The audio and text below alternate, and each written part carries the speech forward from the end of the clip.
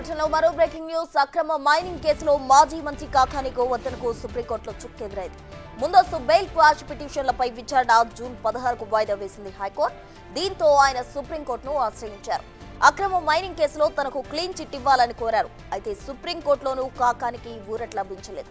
తనపై కేసులు లేవంటూ తమను తప్పుదారి పట్టించేందుకు ప్రయత్నం చేశారని కోర్టు ఆగ్రహం వ్యక్తం చేసింది. అరెస్ట్ నుంచి మినహాయింపు ఇవ్వలేమని తేల్చి చెప్పింది.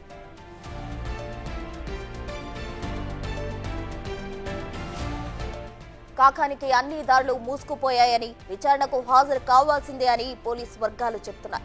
ఇప్పటికే ఆయనకు లుకౌట్ నోటీసులు కూడా జారీ అయ్యాయి. కాకాని కోసం 7 ప్రత్యేక బృందాలు విస్తృతంగా గాలిస్తున్నాయి. ఆయన శ్రీలంకలో తలదాచుకున్నారని ప్రచారం జరుగుతోంది. ఆ సమాచారం నిర్ధారించుకున్న తర్వాత శ్రీలంక వెళ్లడానికి పోలీసులు రెడీ అవుతున్నారు.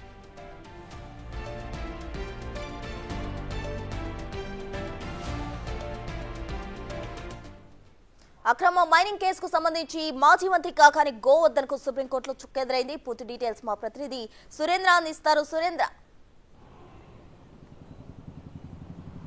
ప్రస్తున్న మాజీ మంత్రి కాకాని గోవర్ధన్ రెడ్డికి సుప్రీంకోర్టులో చుక్కెదురైంది. ఏదైతే అక్రమ మైనింగ్ చేశారంటూ ఏదైతే నెల్లూరు జిల్లాలో అరుదుగా దొరికేటువంటి క్వార్జీ తెల్లరాయి ఏదైతే ఉందో దాంట్లో దాదాపుగా 250 కోట్ల మేర ఈ యొక్క క్వార్జీని కూడా తరలించి క్యాచ్ చేసుకున్నారన్నటువంటి ఆరోపణల నేపథ్యంలో అక్కడ అధికారులు కూడా విచారణ అధికారులు ఇటు మైనింగ్ అధికారులు విచారణ చేసి ఆ విచారణ అధికారులు ఇచ్చినటువంటి ఫిర్యాదు మేరకు ఏడీ బాలాజీ నాయక్ ఇచ్చినటువంటి ఫిర్యాదు మేరకు పొదలకూరు పోలీస్ స్టేషన్లో కూడా కేసు నమోదైంది. ఈ కేసు నమోదైనప్పటి నుంచి కూడా కాకాని గోవర్ధన్ రెడ్డి విచారణకు హాజరు కావాలని 3 సార్లు నోటీసులు ఇవ్వడం జరిగింది.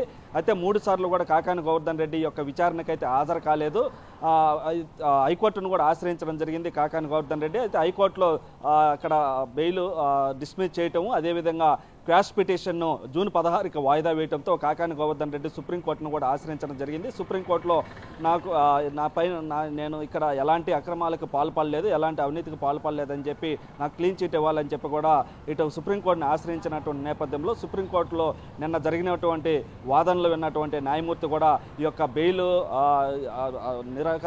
బెయిల్ కూడా ఇటు నిరాకరించడం జరిగింది. అయితే ఏదైతే లాయరు న్యాయవాది ఏదైతే చెప్పినటువంటి క్లీన్ చిట్ ఇవ్వాలని కోరినటువంటి నేపథ్యంలో అయితే న్యాయవాది ప్రభుత్వం తరపున విన్నటువంటి న్యాయవాది చెప్పినటువంటి ఏదైతే ఆ పిటిషన్కి సంబంధించి ఎలాంటి కేసులు లేవని చెప్పి కూడా ఇటు కాకాని గోవర్ధన్ రెడ్డికి సంబంధించినటువంటి న్యాయవాది చెప్పడంతో అయితే ఇటు ప్రభుత్వానికి సంబంధించినటువంటి న్యాయస్థానానికి ఏదైతే 2024లో జరిగినటువంటి ఎలక్షన్ అఫిడవిట్ ఏదైతే ఉందో దాంట్లో కేసులు కూడా ఉన్నట్లుగా చూపించడంతో ఇటు సుప్రీంకోర్టు కూడా కాకాని గోవర్ధన్ రెడ్డి పైన కూడా మండిపడడం కూడా జరిగింది.